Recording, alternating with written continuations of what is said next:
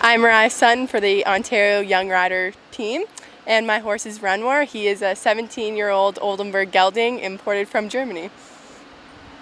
I'm Erica Flack on the Ontario Young Rider team, and I'm on Fraggle Rock, and he is a thoroughbred cross, and he's 12 years old. My name's Cassandra Jessup. I'm also from the Ontario Young Rider team, and I ride Mariska, an 11-year-old Canadian sport horse mare. My name's Vanessa, and I ride my mare named Finja. She is a 10-year-old Hanoverian, and her owner is named Ferdinand Haupt, who is the most amazing man in the world.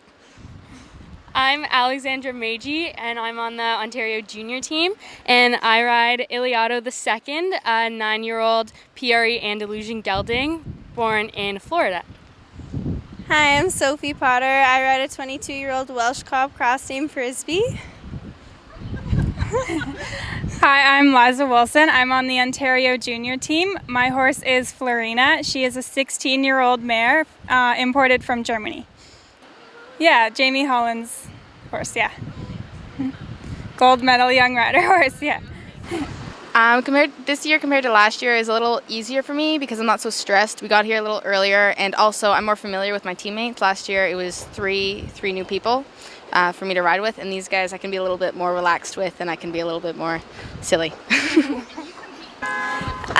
Well, I think throughout the entire competition season, we all still support each other, even though we are competing against each other. And now coming onto a team together here, it's even more fun because we get to support each other even more. And even when we go into the individual competition, we will still cheer each other on. And if one would win over the other, we would still be overly happy for them.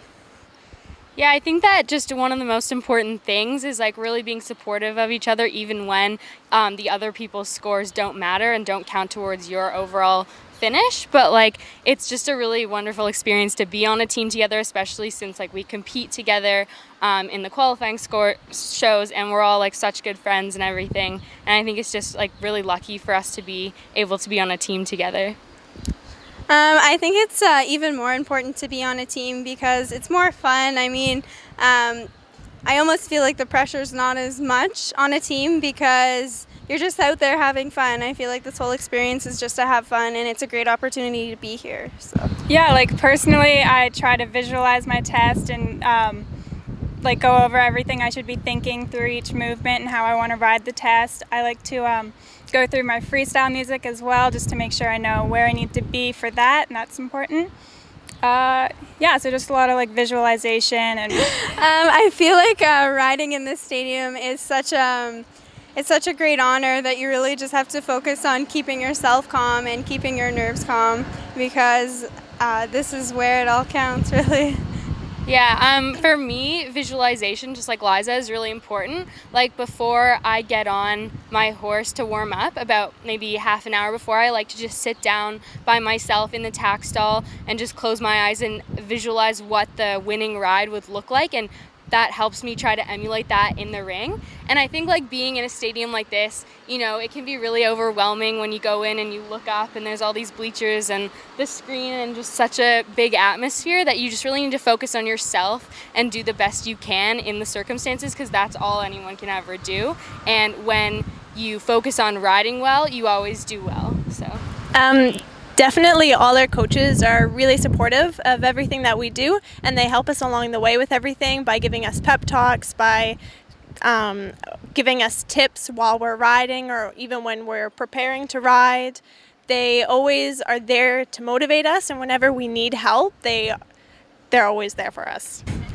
Well, personally for me, it's a little bit different because my coach is the same thing as my mother, so it takes it to a little bit more of a personal level. She always gives these sentences that are like, there's no way to happiness, happiness is the way, and always coming up with funny but also true stuff like that. My wonderful coach, Karen Davis, always says, rather than think about the whole test, think about one movement at a time and just do your best in that moment, in that movement. And then if you mess up, take a breath, keep going, and just try to collect as many points as you can in each movement. My coach is actually also Karen Davis, and she's really helped me because I can get very stressful when I ride. So the advice that she's given me is just to go in there like I know how to do it. Because, you know, we're here, we've all qualified, we've done our due diligence, we know the tests. So just go in and stay calm. It's the same arena as always, just different atmosphere. So I started riding when I was really young, but I never really competed.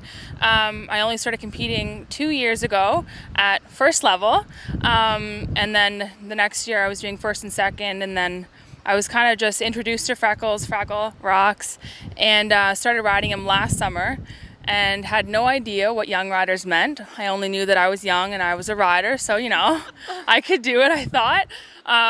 So I managed to scrape by and get all the scores on the last day of the last show. So we had to really pull up our socks and start training at a whole different level. Well, my challenge is the horse I ride is only 15-1, so she's a little smaller, and her owner Janice Williams is smaller as well, so it worked out for her. But here it's difficult to compete against the big moving 17-1 warm bloods, and we've overcome that by manufacturing her gait. So it's been really good to be able to challenge myself and then be able to qualify to come compete with the rest of the riders. I like bling, so I have everything bling. Like my bell boots, my brow band, my show coat, my braids sometimes. I just love bling. I find it really fashionable, and I love it. When is it too much bling? There's rules that you can't, like, too much bling is, like, you need to settle down a bit, so I've been told. Like this morning, for example, I had these blingy crystals in my braids, and I got told that there was no bling allowed in the jog, so I had to rebraid my whole horse. So it's a lesson taught, but I know my limits now, so.